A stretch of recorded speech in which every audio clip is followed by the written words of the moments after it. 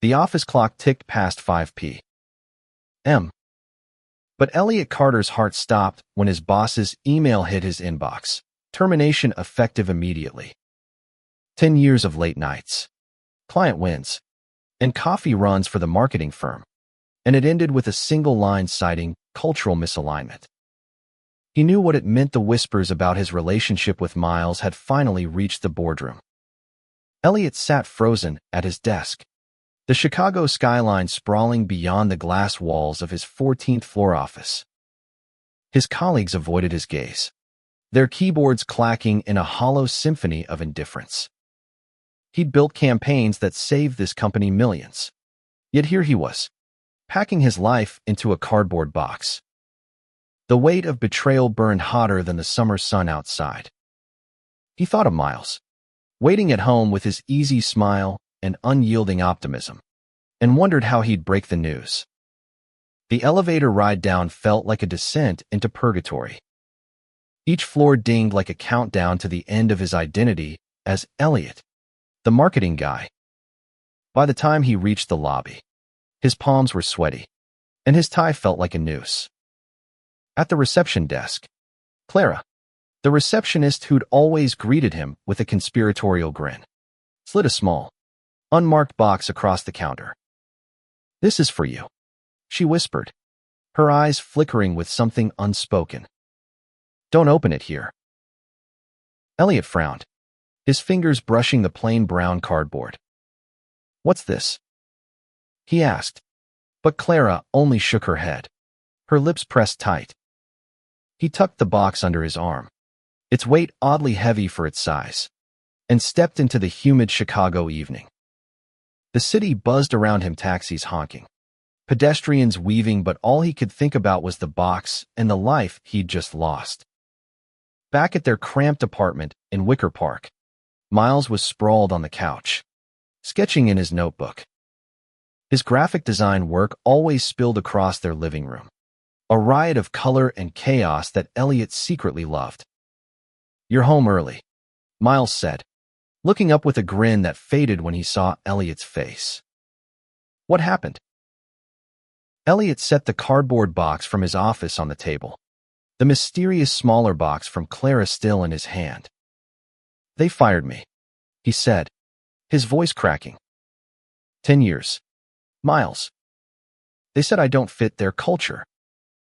It's because of us." Miles shot up, his eyes blazing. "Because of us? They can't do that." He crossed the room in 2 strides, pulling Elliot into a fierce hug. "We'll fight this. They don't get to erase you." Elliot buried his face in Miles's shoulder, the scent of his cedar cologne grounding him.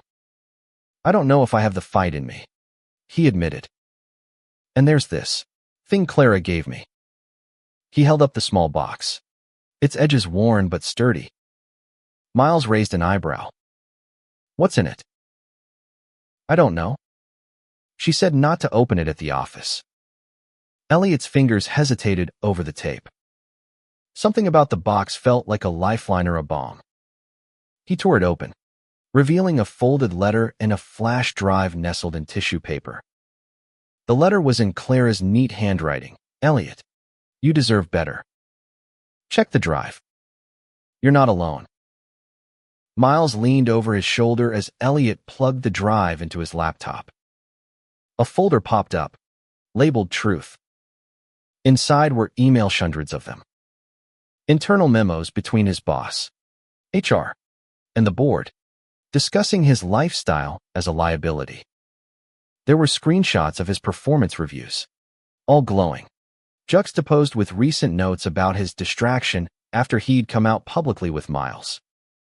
And then, a bombshell, evidence of the company's discriminatory practices, not just against him, but others, buried in coded language about team fit.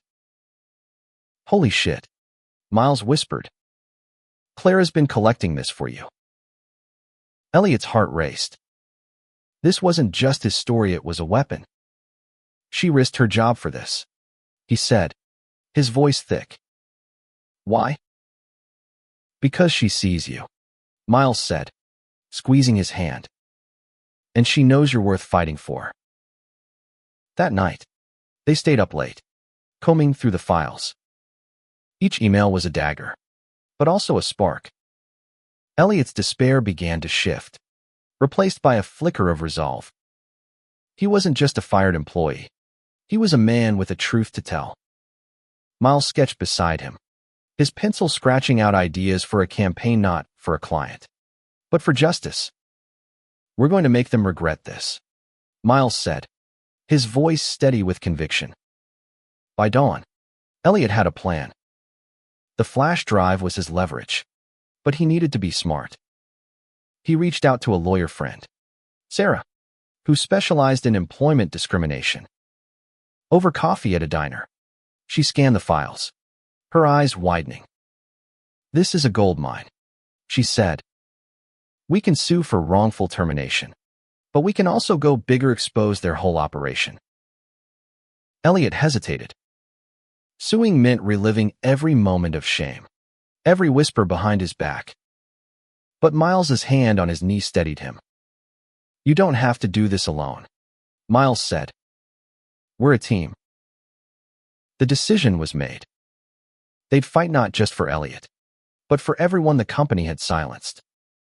As he left the diner, the mysterious box from Clara felt lighter in his memory, like a gift that had shifted his world's axis. For the first time in hours, Elliot smiled. This wasn't the end, it was the beginning. The next morning, Elliot woke to the smell of coffee and the sound of Miles humming in the kitchen. Sunlight streamed through their apartment's mismatched curtains, casting a warm glow on the chaos of papers and laptops strewn across the table. The flash drive sat in the center, a silent challenge to act. Elliot's phone buzzed with a text from Sarah. "Meet me at my office at 10. Bring everything." He felt a surge of adrenaline, like stepping onto a battlefield. Miles slid a mug into his hands, his fingers lingering. "You ready for this?" he asked, his brown eyes searching Elliot's. "I don't know," Elliot admitted, staring into the coffee's dark swirl. "What if this blows up in our faces?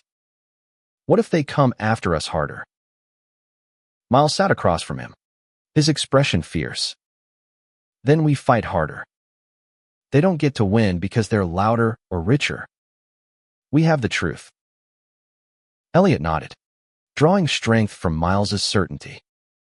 They arrived at Sarah's office, a small but sharp space in Logan Square cluttered with law books and framed protest posters. Sarah dove into the files, her pen flying over a legal pad. "This is systemic," she said, her voice clipped with excitement. "They've been targeting anyone who doesn't fit their cookie-cutter mold: LGBTQ employees, women, people of color.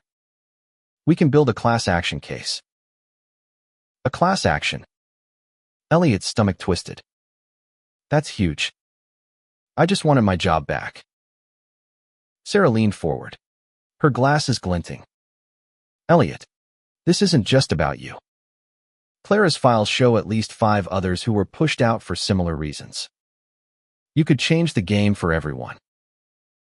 Miles squeezed his hand under the table. "You're not alone in this," he said softly. "Think of the others who didn't have a Clara to hand them a lifeline." Elliot thought of his former colleague, Priya, who'd left abruptly after her promotion was reconsidered. Or Jamal, whose contract wasn't renewed after he brought his husband to a company event. The pattern was clear now, and it made his blood boil. "Okay," he said finally. "Let's do it." Sarah grinned. "Good. First, we need to reach out to the others. Discreetly. And we need a public strategy, something to put pressure on the company." Miles's eyes lit up. "I can help with that. A social media campaign. Maybe some art to get people talking. We'll make it impossible for them to ignore." Over the next week, Elliot and Miles became a whirlwind of action. Sarah tracked down former employees, while Miles designed a series of stark, powerful graphics Faces of the fired. Their stories in bold text. No one should lose their livelihood for who they love. One read, with Elliot's silhouette against a Chicago skyline. They launched the campaign on X, using a hashtag Miles coined, no fit, no fired. The response was immediate retweets, comments, and messages from strangers sharing their own stories of workplace discrimination. But not everyone was supportive. Elliot's inbox filled with hate mail, accusing him of playing the victim. One late night, as he scrolled through the venom, Miles pulled the laptop away. "Don't let them in here," he said, tapping Elliot's chest. "They're scared because you're loud now." Elliot leaned into him, the weight of the fight easing in Miles's arms. "I'm scared too," he whispered. "What if we lose everything?" Miles kissed his forehead. "Then we build something new. Together." By the end of the week, Sarah had confirmations from 3 former employees willing to join the lawsuit. Priya, a sharp-witted data analyst, shared her own story of being sidelined after coming out as bisexual. Jamal, now working freelance, sent a heartfelt email, "I thought I was alone. Thank you for fighting." The fourth, a quiet admin named Lisa, hesitated but agreed after a long call with Elliot. Their stories mirrored his years of loyalty, then a sudden exit when their truth became inconvenient. As the campaign gained traction, the company issued a vague statement about upholding inclusivity. It was a weak defense, and the public wasn't buying it. X posts exploded with demands for accountability, some tagging major clients of the firm. Elliot felt a spark of hope, but also dread. The company wouldn't go down quietly. Late one night, Elliot's phone rung an unknown number. He answered, heart pounding. A voice, low and deliberate, said, "Drop the lawsuit, or you'll regret it." The line went dead before he could respond. Miles, who'd overheard, grabbed his hand. "They're scared," he said, his voice steady despite the fear in his eyes. "That means we're winning." Elliot wasn't so sure. The threat lingered like a storm cloud, but the flash drive, the campaign, and Miles's unwavering belief kept him grounded. He wasn't just fighting for himself anymore. This was for Clara, for Priya, for Jamal, for Lisa, and for every person who'd been told their truth didn't belong. The threat hung over Elliot like a blade. He barely slept, replaying the anonymous voice in his head. By morning, he and Miles reported the call to Sarah, who filed it as evidence of intimidation. "This is good," she said, her voice calm but fierce. "It shows they're rattled. We keep pushing." Elliot wasn't so sure. The campaign was gaining momentum. No fit, no fired was trending, and local news outlets had started sniffing around, but so was the backlash. His former boss, Richard, posted a cryptic X update. "Some people prefer drama over duty." It stung, but Miles turned it into fuel, creating a biting graphic that juxtaposed Richard's words with the company's plummeting Glassdoor ratings. They met Priya and Jamal at a coffee shop in Andersonville to strategize. Priya, her dark hair pulled into a tight bun, leaned forward. "I've got contacts at a local paper. They want an exclusive on our story." Jamal nodded, his wedding ring glinting as he stirred his coffee. "I'm in, but we need to be ready for the fallout. My husband's already getting weird calls." Elliot's stomach churned. "Like the one I got." He shared the threat, watching their faces tighten. Priya's jaw clenched. "They're trying to scare us into silence. We can't let them." Miles, sketching in his notebook, looked up. "What if we go bigger? A rally. Get the community involved. Show them we're not backing down." The idea sparked something in Elliot. A rally meant visibility, a chance to turn their pain into power. They spent the day planning, with Miles designing flyers and Priya reaching out to local LGBTQ organizations. By evening, they had a date, a Saturday gathering outside the company's downtown office. Lisa, the hesitant admin, texted her support but said she couldn't attend. "I'm still scared," she admitted. Elliot understood. He was scared too. The rally took shape faster than expected. Community groups donated megaphones and banners, and Miles's designs went viral on X. The night before, Elliot and Miles stayed up painting signs in their living room. "You think anyone will show?" Elliot asked, paint smudging his fingers. Miles grinned, brushing a streak of blue across Elliot's cheek. "They'll show. You're not just a guy who got Ferretti a symbol now." The words felt heavy, but they carried Elliot through a sleepless night. Saturday dawned crisp and clear, the Chicago River glinting under a pale autumn sun. By noon, a crowd of nearly 100 gathered outside the firm's sleek glass building. Strangers held signs reading, "Love is not a liability," and "End workplace bigotry." Priya spoke first, her voice steady as she shared her story. Jamal followed, his quiet strength drawing cheers. When it was Elliot's turn, his knees shook, but Miles's hand on his back anchored him. "I gave that company 10 years," Elliot said into the megaphone, his voice cracking but growing stronger. "They didn't fire me for my work. They fired me for who I love." The crowd roared, and for the first time, Elliot felt the weight of his story lift, shared by those around him. The rally made the evening news, and "No Fit, No Fired" trended nationally. But the victory was short-lived. That night, someone threw a brick through their apartment window, a note taped to it, "Stop or else." Glass littered the floor, and Miles's sketches were torn under the debris. Elliot's heart pounded as he called the police, who took a report but offered little hope of catching the culprit. Miles, shaking but resolute, swept up the glass. "They're desperate," he said.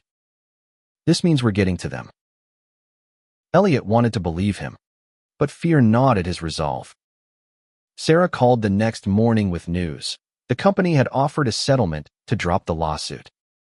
It was a hefty sum, enough to start over, but it came with a gag order. "They want you silent," Sarah said. "What do you want?" Elliot looked at Miles, who was taping cardboard over the broken window. He thought of Clara's box, the rally, the faces in the crowd. "I want to keep fighting," he said. "For all of us." Sarah nodded through the phone. "Then we go to court. But be ready, this is going to get ugly." As the legal battle loomed, Elliot and Miles leaned on each other. Miles's optimism was a lifeline, but Elliot couldn't shake the feeling that the worst was yet to come. The brick was a warning, and the anonymous calls kept coming, each one colder than the last. Yet every time doubt crept in, Miles was there, his hand in Elliot's, his voice a quiet promise, "We're stronger than they are." The courtroom loomed like a storm cloud over Elliot's life. Sarah had warned him it would be brutal, but nothing prepared him for the company's tactics. Their lawyers painted him as a disgruntled employee, cherry-picking minor errors from his decade of work to question his competence. Each session chipped away at his confidence, but the sight of Miles in the gallery, sketching quietly, kept him grounded. Outside the courthouse, the fight spilled into the public eye.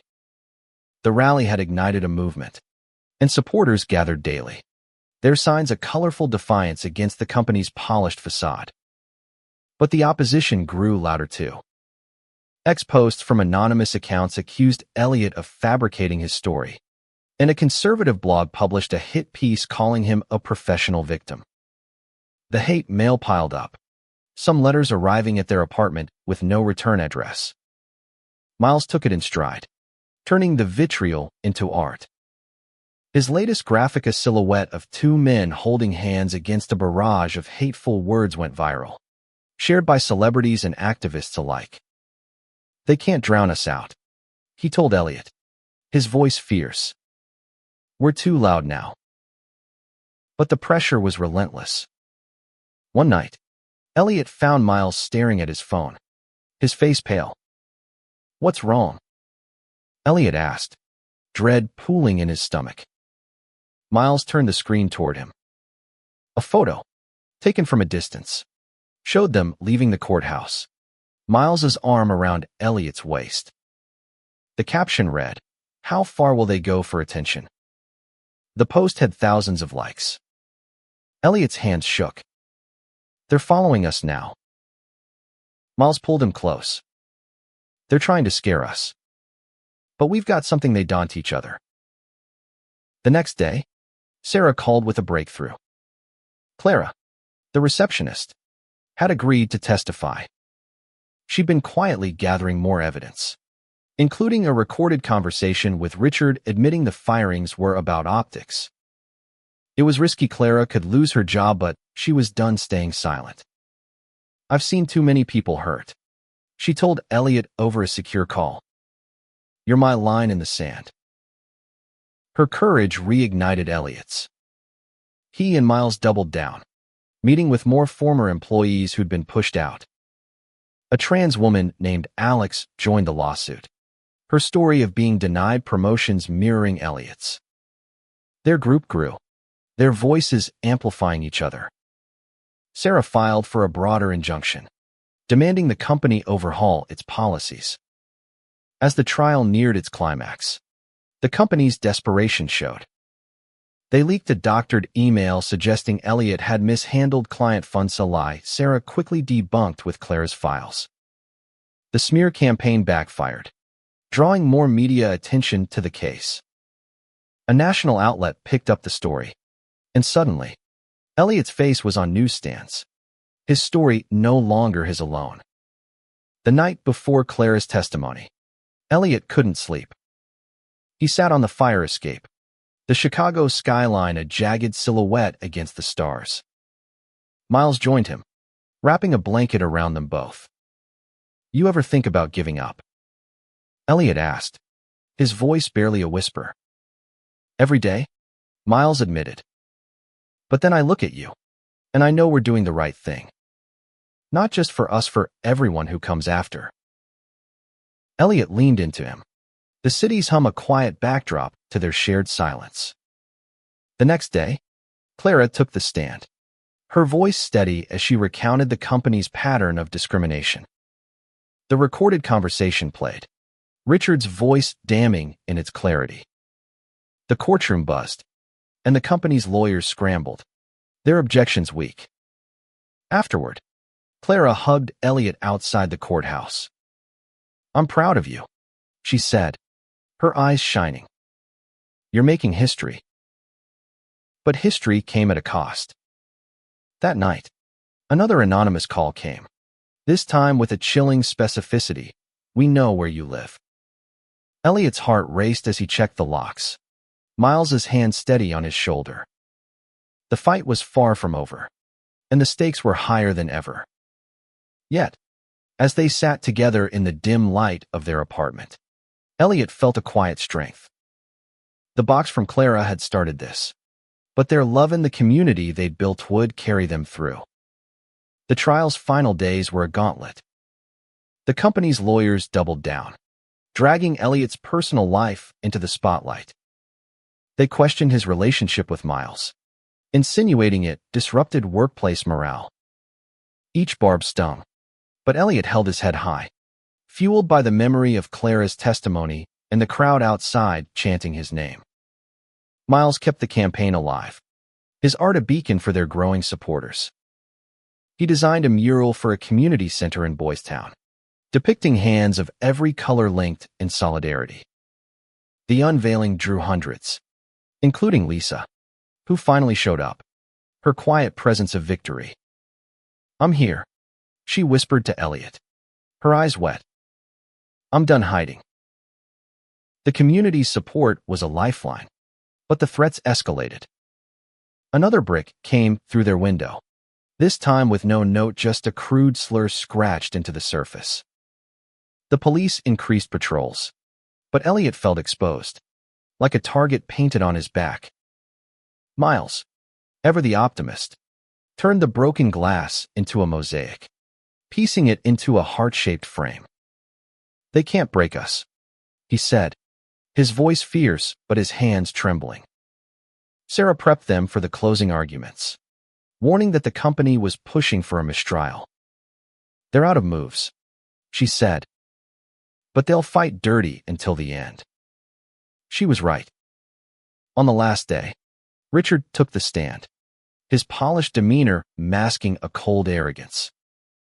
He denied everything, claiming the firings were performance-based. But under Sarah's cross-examination, he faltered, unable to explain the emails or Clara's recording. The jury deliberated for 3 agonizing days. Elliot and Miles spent them holed up in their apartment, avoiding the news and the relentless ex-posts dissecting their lives. They cooked together, laughed over old memories, and held each other through the fear. "Whatever happens," Miles said one night, his head on Elliot's chest, "we've already won. We've shown the world who we are." When the verdict came, the courtroom was packed. Elliot gripped Miles's hand as the foreman read, "We find in favor of the plaintiffs." The room erupted cheers from their supporters, gasps from the company's side. The judge awarded damages to Elliot, Priya, Jamal, Alex, and Lisa, and ordered a federal review of the company's practices. It wasn't just a win. It was a reckoning. Outside, the crowd was a sea of color, banners waving under the Chicago sun. Elliot spoke to the press, his voice steady for the first time in weeks. "This is for everyone who's been told they don't belong," he said. "Your truth is enough." The victory was bittersweet. The damages covered their legal fees and lost wages, but the scars remained. Elliot's career was in limbo, and the threats hadn't stopped. That night, they found a letter slipped under their door, and signed but chilling, "This isn't over." Miles burned it in the sink, his jaw tight. "They don't get to control us anymore," he said. Sarah suggested they relocate temporarily, just until the dust settled. They chose a small town in Michigan, a quiet place by Lake Michigan where Miles had family. The move was a leap of faith, but the idea of a fresh start felt like a bomb. They packed their apartment, keeping Clara's box as a reminder of where it all began. In Michigan, they settled into a cozy rental, the lake's waves a soothing contrast to Chicago's chaos. Miles set up a studio, his art now focused on healing and hope. Elliot started freelancing, rebuilding his career on his terms. They weren't running, they were choosing their battlefield. One evening, as they walked along the shore, Miles stopped and pulled Elliot close. "I'm proud of you," he said, his voice soft against the wind. "You didn't just fight for you fought for everyone." Elliot kissed him, the lake's chill fading against the warmth of their connection. The fight had changed them, but it had also shown them their strength. The box from Clara had been the spark, but their love was the fire. The Michigan air was crisp, carrying the scent of pine and lake water. Elliot and Miles's new home was a far cry from Chicago's frenetic pulse, but the quiet was a gift. Their rental, a weathered cottage with creaky floors, became a sanctuary. Elliot worked from a corner desk, pitching freelance marketing projects, while Miles's art filled the walls with color and defiance. Yet the past clung to them. Elliot checked their mailbox daily, half expecting another threatening letter. The company's appeal loomed, and though Sarah was confident it would fail, the uncertainty gnawed at him.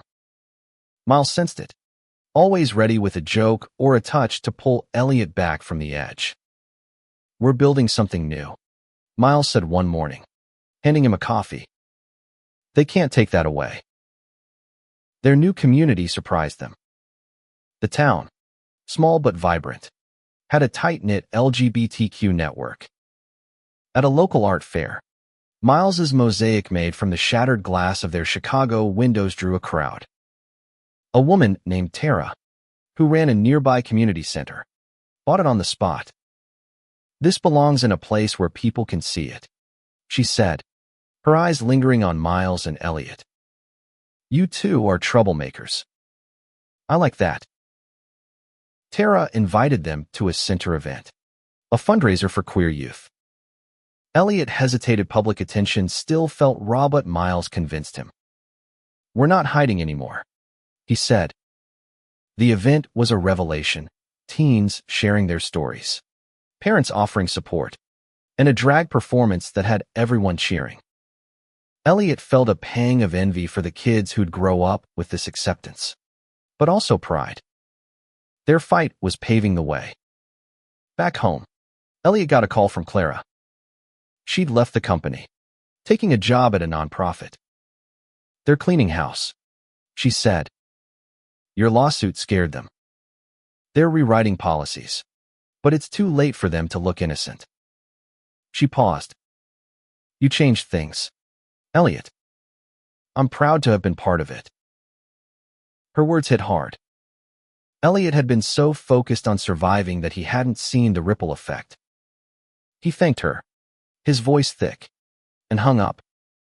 Miles, sketching nearby, looked up. "You okay?" Elliot nodded, pulling him into a hug. "I think we're going to be okay." But peace was fleeting. A week later, Sarah called with bad news. The company had hired a private investigator to dig into their lives, likely looking for dirt to discredit them before the appeal. "Stay vigilant," she warned. "They're not done." That night, Elliot noticed a car parked across the street, its driver watching their cottage. He told Miles, who grabbed a baseball bat from the closet. "Let them try," he said, his voice low. They reported it to the local police, who promised to monitor, but the unease lingered. To cope, Elliot threw himself into freelancing, landing a contract with a small firm that valued his experience. Miles's art gained traction too, with commissions coming from across the state. They were rebuilding, piece by piece, but the shadow of the fight followed them. One evening, Tara stopped by with a proposal: start a local advocacy group to support workplace rights. "You've got the voice for it," she told Elliot. "And the heart." Elliot was torn. Advocacy meant staying in the fight, exposing himself to more threats. But Miles was all in. "This is who we are now," he said, his eyes bright. "We don't just survive, we make things better." They agreed to lead the group, holding their first meeting at the community center. A dozen people showed up, sharing stories of discrimination and hope. Elliot felt the weight of their trust, but also its power. He wasn't alone anymore. As he spoke, Miles sketched him, capturing the fire in his eyes. The drawing, later hung in the center, became a symbol of their new chapter. By month's end, the appeal was denied. The company's reputation was in tatters, and their stock plummeted. Elliot and Miles celebrated quietly, toasting with cheap wine on their porch. The lake shimmered under the moon, and for the first time in months, Elliot felt free. The box from Clara had set them on this path, but their love and their community would carry them forward. Winter settled over Michigan, blanketing the lake in frost. Elliot and Miles's cottage felt like home now, its walls alive with Miles's art and their shared dreams. The advocacy group grew, drawing people from neighboring towns. Each meeting was a reminder of why they'd fought not just for themselves, but for a world where no one had to hide. Elliot's freelance work flourished, his reputation bolstered by the lawsuit's publicity. Clients sought him out for his story as much as his skills, and he poured his heart into every project. Miles's art career soared too, with a gallery in Chicago offering him a solo show. They laughed about returning to the city as victors, not victims. But the threats hadn't stopped entirely. The mysterious car reappeared occasionally, though the police never caught the driver. Sarah suspected it was a last-ditch effort by the company to intimidate them. But with the appeal lost, their power was waning. Clara sent updates. The company was under federal scrutiny, and Richard had resigned. "You did this," she wrote. "You made them face the truth." One snowy evening, Tara invited them to a youth event at the community center. The room was packed with teens, their energy infectious. A shy boy named Sam approached Elliot, clutching a worn notebook. "I read about your case," he said. "I'm gay, and I'm scared to tell anyone." "How did you do it?" Elliot's heart ached. He told Sam about the fear, the fight, and the love that carried him through. "Find your people," he said, glancing at Miles, who was teaching a kid to sketch. "They'll make you brave." Sam nodded, his eyes bright with hope. Later, Miles pulled Elliot aside. "You're changing lives," he said, his voice soft. "I'm so damn proud of you." The moment crystallized everything. The box from Clara had been the spark, but their journey through loss, fear, and triumph had forged something unbreakable. They weren't just surviving. They were building a legacy. Spring brought Miles's gallery show in Chicago. The centerpiece was his mosaic from the broken glass, now titled Unshattered. The crowd was diverse activists, artists, former colleagues like Priya and Jamal. Clara was there too, her smile wide as she hugged them both. "You turned my little box into a revolution," she said. Elliot spoke at the opening, his voice steady. "This isn't just about us," he said, his hand in Miles's. "It's about everyone who's been told they don't belong. Your truth is your power. Don't let anyone take it." The applause was deafening, but Elliot only heard Miles's whisper, "I love you." They kissed, unapologetic, in front of the crowd. It felt like a vow to keep fighting, to keep loving, to keep building. Back in Michigan, they expanded the advocacy group, partnering with national organizations. Elliot became a sought-after speaker, sharing their story at conferences. Miles's art became a symbol of resilience, his work displayed in community centers across the country. The threats faded, replaced by letters of gratitude from people they'd inspired. One quiet night, as they sat by the lake, Elliot pulled out Clara's box, now empty but heavy with meaning. "This changed everything," he said, tracing its edges. Miles leaned against him, the stars reflecting on the water. "No," he said. "We changed everything. The box was just the start." Elliot smiled, his heart full. They'd lost a job, a sense of safety, a piece of their old selves. But they'd gained a community, a purpose, and a love that no threat could break. The fight had been brutal, but it had shown them who they were and who they could be. Together, they'd turned pain into power, and that was a victory no one could take away.